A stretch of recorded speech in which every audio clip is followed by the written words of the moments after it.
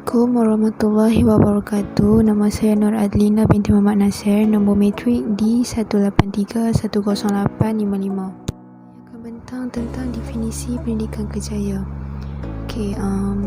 Di pendidikan kerjaya ini adalah program pendidikan yang komprehensif yang memberi penekanan kepada penyediaan individu dalam sesebuah masyarakat agar dapat produktiviti dan kepuasan dalam pekerjaan.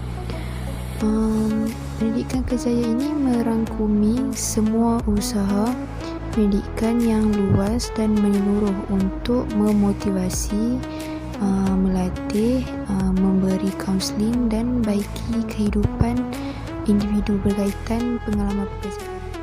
Pendidikan kerjaya ini juga adalah satu pendekatan pendidikan yang memberi penekanan kepada nilai instrumental semua jenis pendidikan dalam menolong individu melibatkan diri, menyumbang dan memenuhi tuntutan sebagai warga negara. Assalamualaikum warahmatullahi wabarakatuh. Nama saya Nur Azira binti Muhammad Rafi. Nombor matrik saya di 18310837. Di sini saya akan terangkan mengenai matlamat pendidikan kerjaya. Okey, matlamat pendidikan kerjaya yang pertama ialah untuk membantu merangsang individu mencari dan memproses maklumat. Sebab sepatutnya dari peringkat rendah, menengah, even mahupun pengajian tinggi pun sepatutnya dah dapat merangsang individu untuk mencari maklumat yang lebih mendalam tentang bidang-bidang kerja yang ingin diceburi sejak peringkat awal lagi. So, selain itu, untuk kita tingkatkan lagi keupayaan individu untuk membuat sesuatu keputusan. Terusnya, untuk memberi maklumat yang berterusan, sebab maklumat-maklumat inilah yang akan membantu individu untuk lebih bersedia untuk jejakkan kaki ke alam pekerjaan pada masa hadapan. Di samping itu, untuk memberi alternatif untuk membuat tindakan, sebab kalau individu dah ada maklumat yang baik, yang ilmu yang banyak tentang pekerjaan atau bidang-bidang yang ingin diceburi, dan maklumat inilah yang akan membantu individu untuk lebih bersedia dan mengambil langkah aktif sebagai untuk menceburi bidang yang diinginkan pada masa hadapan. Okey, kepentingan pendidikan kerjaya. Pendidikan kerjaya ini bertujuan untuk memberi makna kepada setiap pendidikan dengan kaitkan pembelajaran dengan pekerjaan. Sebab melalui pendidikan kerjaya ni setiap pelajar memang diharapkan bila keluar habis belajar nanti dapatlah adalah kebolehan-kebolehan yang baik untuk diaplikasikan dalam sesuatu pekerjaan pada masa hadapan. Selain itu, pendidikan kerjaya ini dapat mengembangkan lagi semangat pelajar. Contohnya dapat membuatkan seseorang pelajar ni lebih berusaha untuk dapatkan keputusan yang baik. Sebab dengan keputusan yang baiklah kita boleh dapatkan pekerjaan yang baik. Tapi selarilah dengan kualiti pelajar tu untuk menyeimbangi pendidikan yang diperoleh yang ada dengan kualiti kerjaya.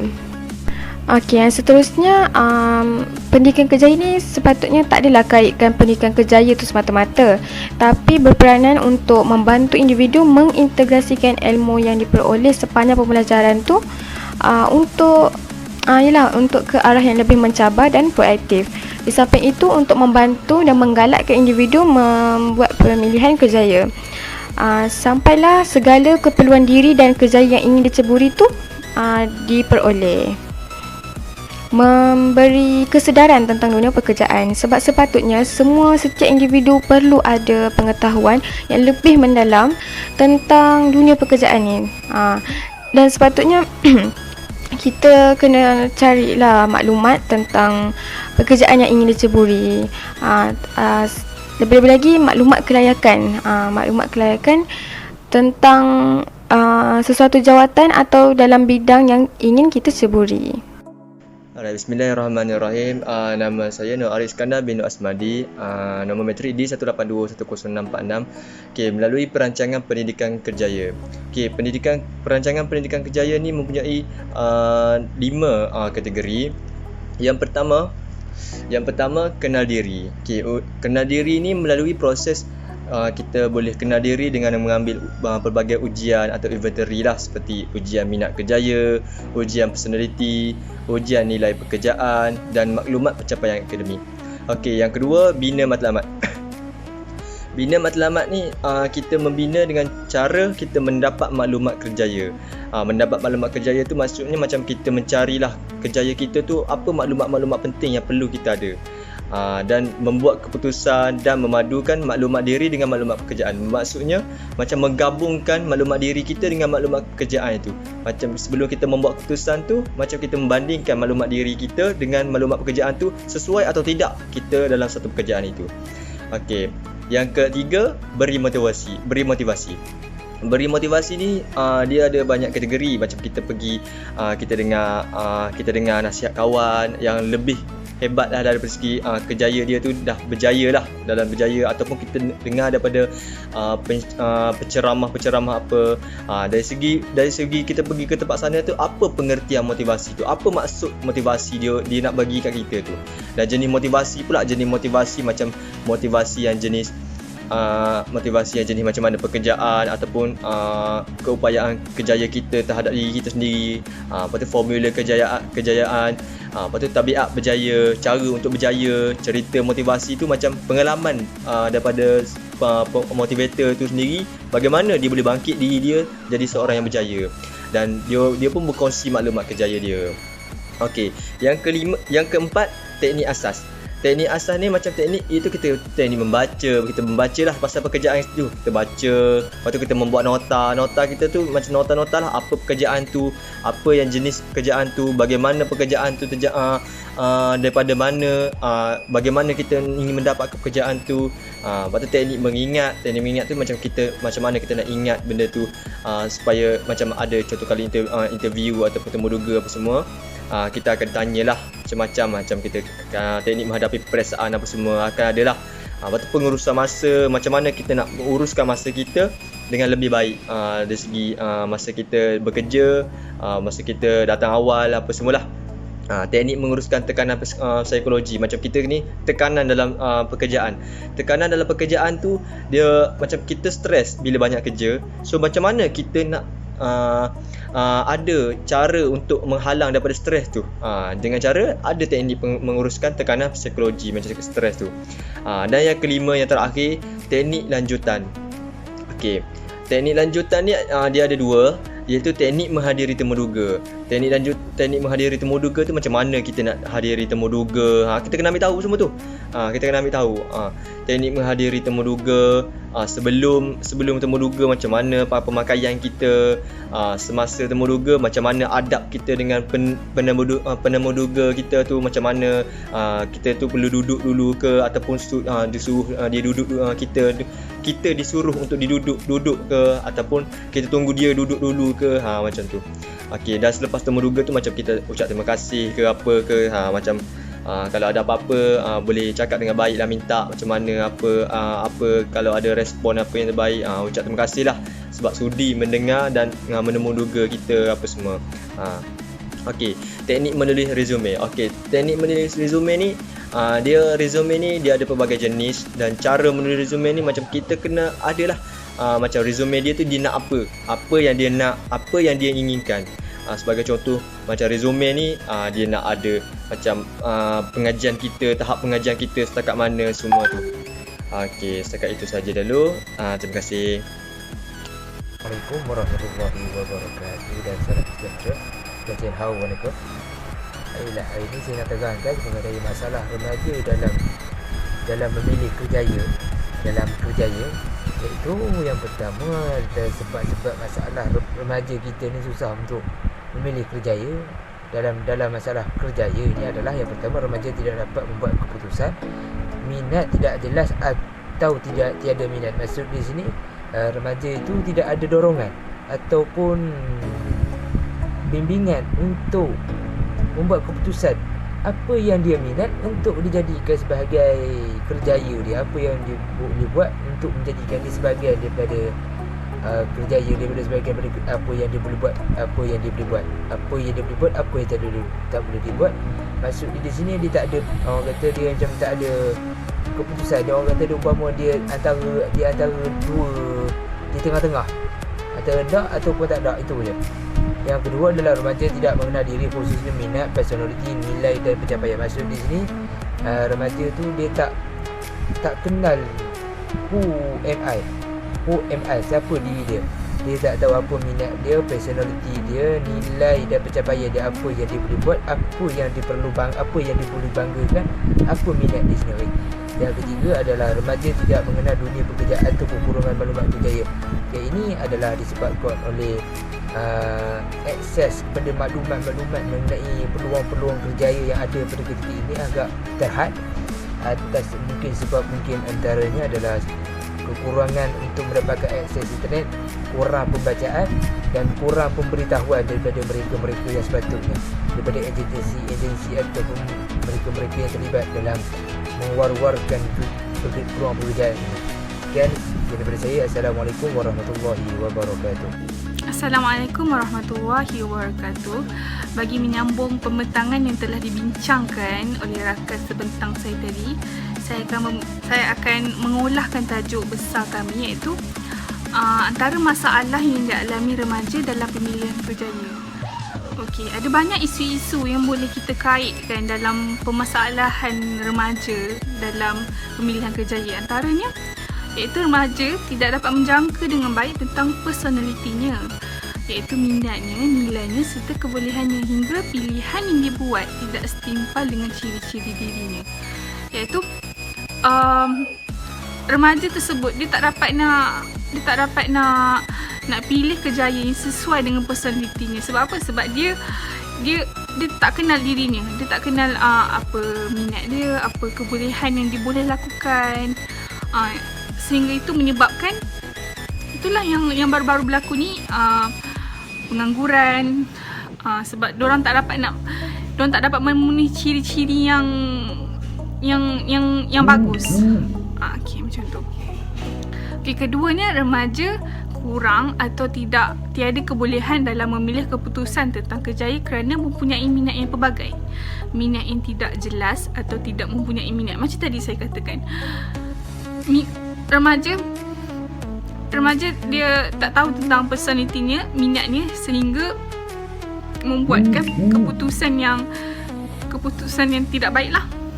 Okey. Keputusan yang tidak sesuai dengan diri dia.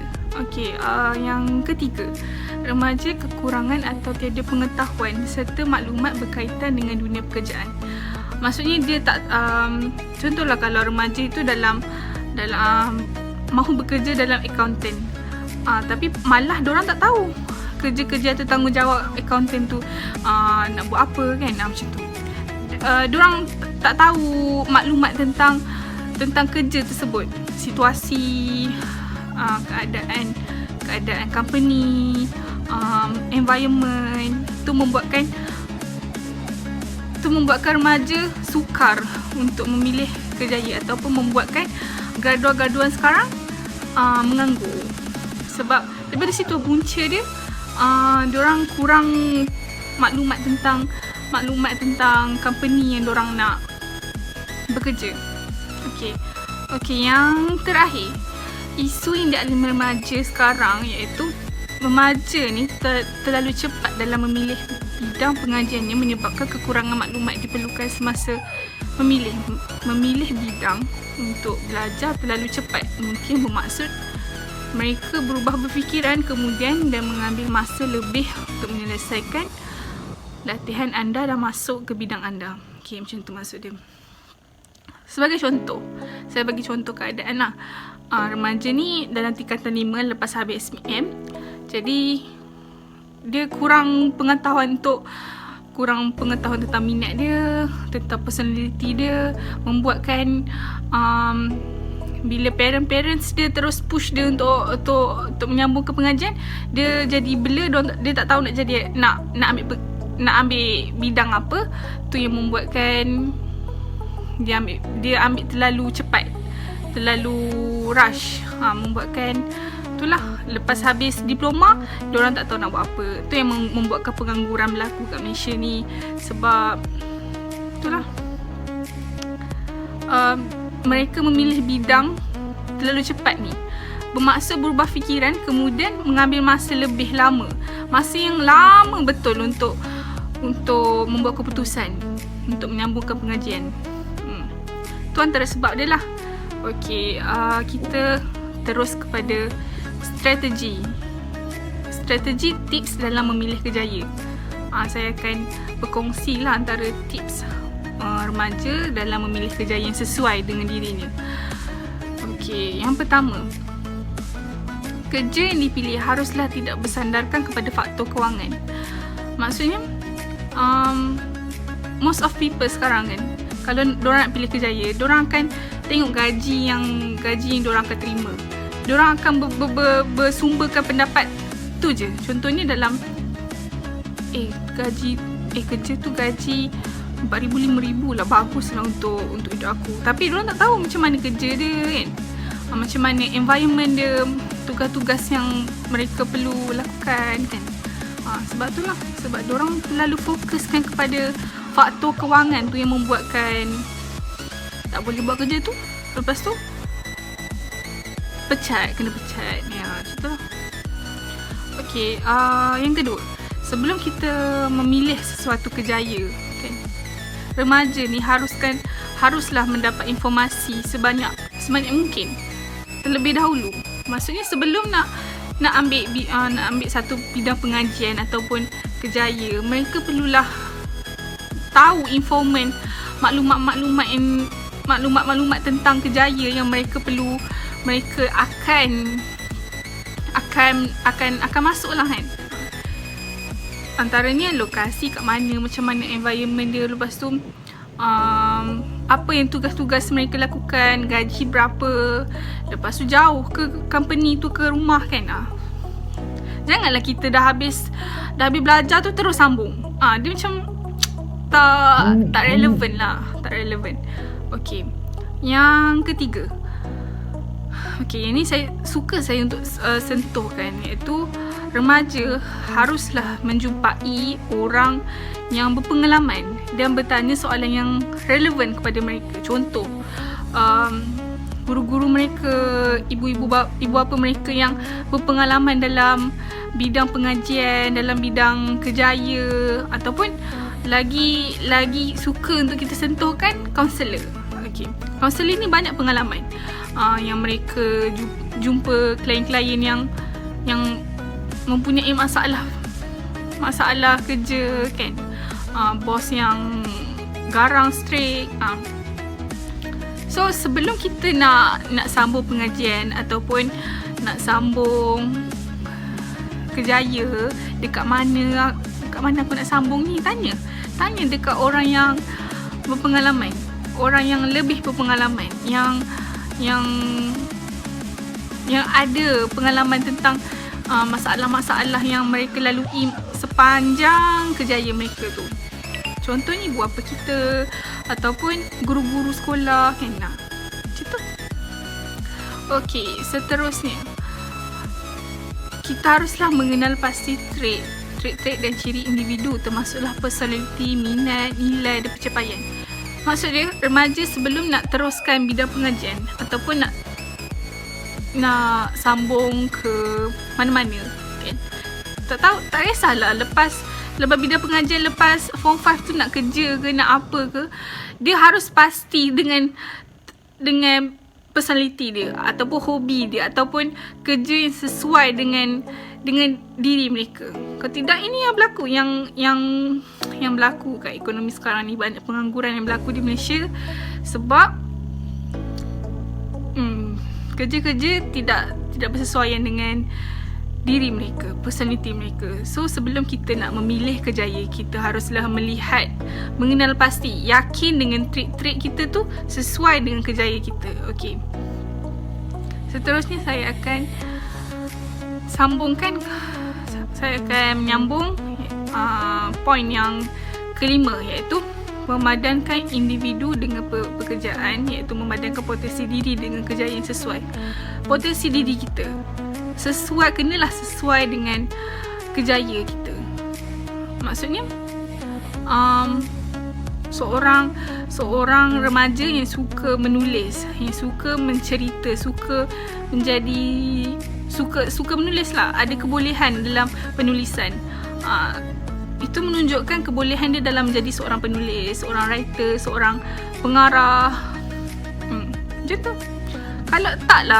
Kalau kena bersesuaian lah dengan diri kita, kena bersesuaian dengan hobi kita, dengan diri kita, dengan apa yang kita selalu lakukan, supaya pengalaman kita tu bersesuaian dengan kejayaan kita. Kita dah ada pengalaman sebelum sesuai dengan kejayaan kita akan sambung. Okey, seterusnya akhir tips yang akan saya bagikan dalam pemilihan kejaya bagi untuk remaja ni. Okey, kejaya haruslah dipilih berdasarkan apa yang diminati atau disukai. Kerana kejaya tidak harus datang secara paksaan. Contohnya dari ibu bapa atau keluarga. Contohlah, paksaan ibu bapa. Ada setengah ibu bapa sekarang, lepas sahaja anak-anak mereka dah habis pengajian tingkatan 5, mereka akan menyuruh anak-anak mereka untuk ambil law, ambil medik, ambil apa-apa je lah. Kita kena be rational, be relevant. Kita kena ada willingness tu untuk buatkan something yang kita sendiri suka. Okay, macam tu. Kalau tidak nanti tak lama kerja kita. Tu yang menganggur dalam sekarang ni kan. So itulah antara tips dia dalam pemilihan kejaya.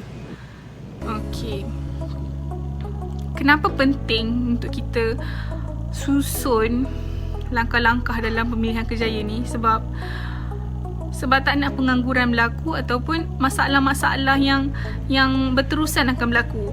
Contohnya lepas sahaja dia menyambung pelajaran, menyambung atau memilih kejaya itu, kalaulah tak sesuai dengan diri mereka ataupun tak bersesuaian, maka ada banyak masalah yang akan timbul. Contohnya depression, sebab kejaya dia tak sesuai, environment dia tak sesuai dengan diri dia, environment dalam company tu yang membuatkan dia stres. Itu yang ada stres terlalu menyebabkan dia anxiety. Itu yang membuatkan bahayalah kita dalam pemilihan kejaya. So pemilihan kejaya yang bersesuaian ni haruslah dipilih dengan tersusun, dengan bersesuaian, dengan bagus. Kita kena teliti dengan apa yang kita nak. So itu saja yang saya nak bagi tahu, yang saya nak bentangkan. Terima kasih atas mendengar pembentangan kami. Okey, wabillahi taufiq wal hidayah. Wassalamualaikum warahmatullahi wabarakatuh. Terima kasih.